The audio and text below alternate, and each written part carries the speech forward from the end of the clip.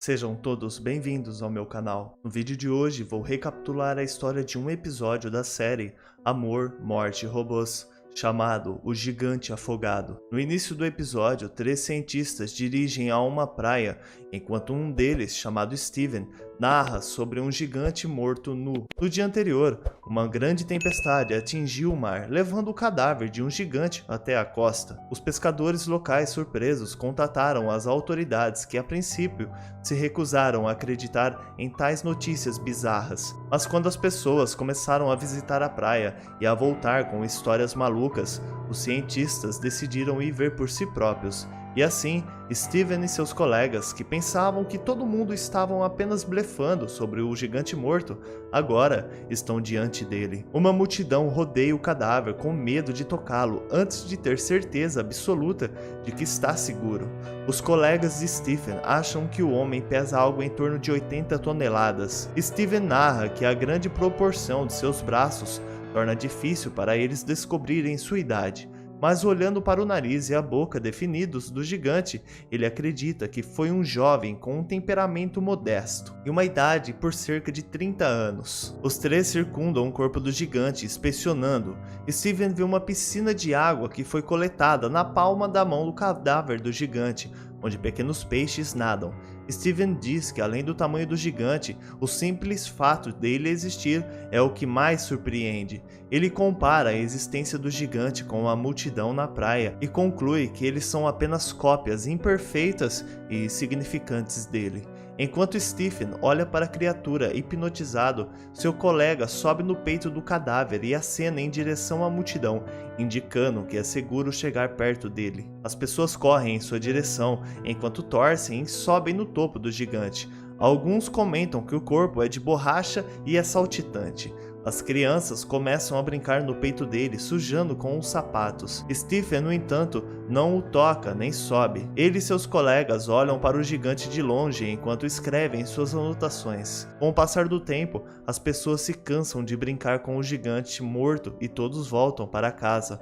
Após 3 dias, Stephen visita a praia novamente. Por causa de seu crescente interesse pelo gigante, suas instalações atribuem a ele a função de mantê-lo sob controle.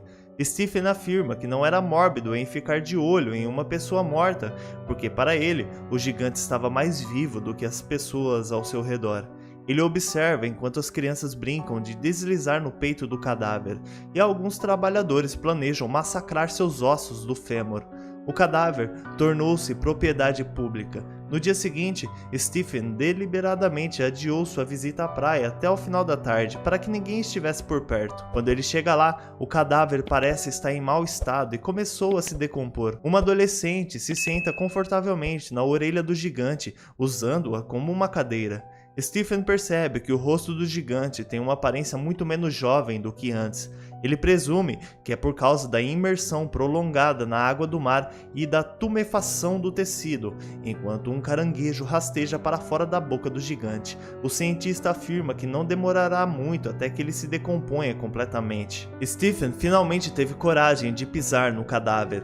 Em cima de seu peito, ele vê um castelo de areia que alguém construiu. Então o outro braço do gigante aparece, mostrando-nos que metade dele já se deteriorou e o resto dele foi levado pelas pessoas. Enquanto isso, sua córnea ficou turva, dando aos seus olhos um efeito de redemoinho. Stephen olha para eles, dizendo que o sofrimento do gigante é menos trágico do que o isolamento que ele enfrenta. Na próxima vez que ele visita o gigante, seus braços e uma das suas pernas estão apodrecidos e cortados.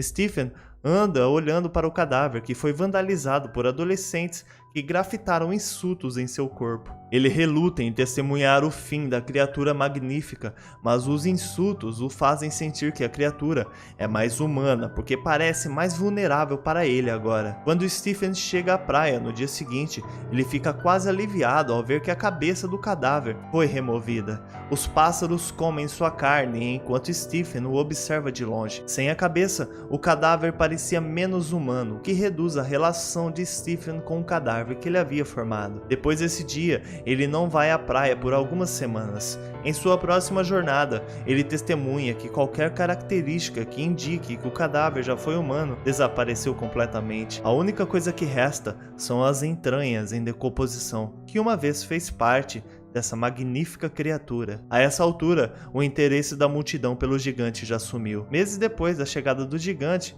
ele já foi esquecido. Vários pedaços de seu corpo podem ser vistos pela cidade, especialmente seus ossos, que são usados como decoração. Certo dia, enquanto andava de bicicleta, Stephen nota o crânio do gigante abandonado. Ele acredita que, se olhar nos pubs e bares da cidade, ele vai encontrar o nariz e as orelhas mumificadas do gigante. De acordo com Stephen, essas decorações transmitem a grandeza do gigante melhor do que suas próprias memórias. Quanto aos órgãos genitais do gigante, é mostrado que ele foi cortado e colocado no Museu de Aberrações em um circo. Stephen narra que o aparelho ocupa uma tenda inteira para si mesmo, mas infelizmente é erroneamente rotulado como pertencente a uma baleia. Por fim, o cientista diz às pessoas que viram o gigante e se lembram dele apenas como um monstro marinho. No entanto, para ele, o gigante ainda está vivo e muitas vezes sonha com a sua ressurreição.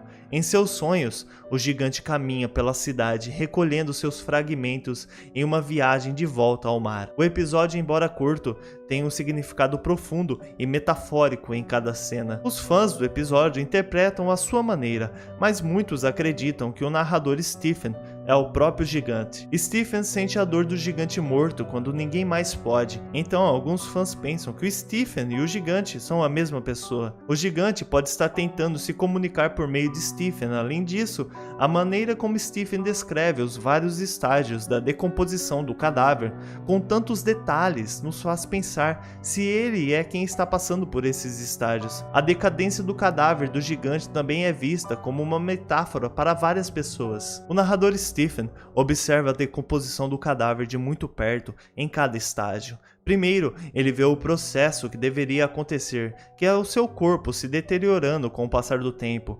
Então ele percebe que as pessoas começam a amputar o cadáver, tratando-o como uma mercadoria, e a maneira como os humanos o tratam mal mostrou a extensão do consumismo e da exploração que é considerada normal no mundo de hoje. Conforme a história avança, Stephen começa a questionar o que significa ser humano e quando decidimos que perdemos a humanidade. Até que o cadáver não tivesse mais cabeça e todo mundo parou de ver ele como uma pessoa. Na verdade, ele acreditava que o gigante era mais humano do que as próprias pessoas minúsculas ao seu redor. No entanto, depois que a simpatia de Stephen para com o gigante diminuiu, quando ele o viu apenas como uma massa de carne decompondo na praia. Ao longo do episódio, não sabemos quem é o gigante ou de onde ele veio. Em vez disso, o episódio do gigante afogado foca mais no contraste de Stephen e os sentimentos de outras pessoas em relação ao gigante. No próprio livro de J.G. Ballard,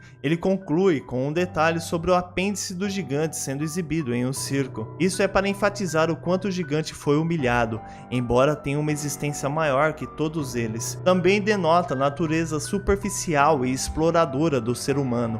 Além disso, seus órgãos genitais foram rotulados como os de uma baleia e seus ossos eram meras decorações para as pessoas. Aqui é claro que o gigante foi completamente despojado de sua humanidade. No entanto, Stephen descreve os órgãos genitais e os ossos que foram usados como decoração como as únicas coisas que mostram o quão magnífico era o gigante.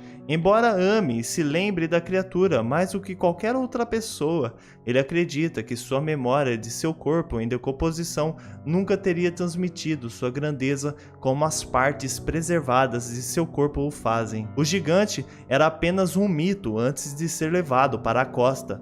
As pessoas vivenciaram sua chegada por um curto período, mas logo se esqueceram dele, tornando sua existência um mito novamente. Nós humanos, assim como o gigante da série, algum dia desapareceremos e permaneceremos apenas nas memórias das pessoas que nos cercam, mas eventualmente essas memórias irão desaparecer também. E nós simplesmente deixaremos de existir. Bom pessoal, o vídeo de hoje foi esse, obrigado por assistir até aqui e nos vemos no próximo vídeo. Obrigado você que assistiu o vídeo até aqui. Espero que você tenha gostado do conteúdo. Espero que você tenha gostado desse filme. Se gostou, deixa o like e nos vemos no próximo vídeo. Tamo junto.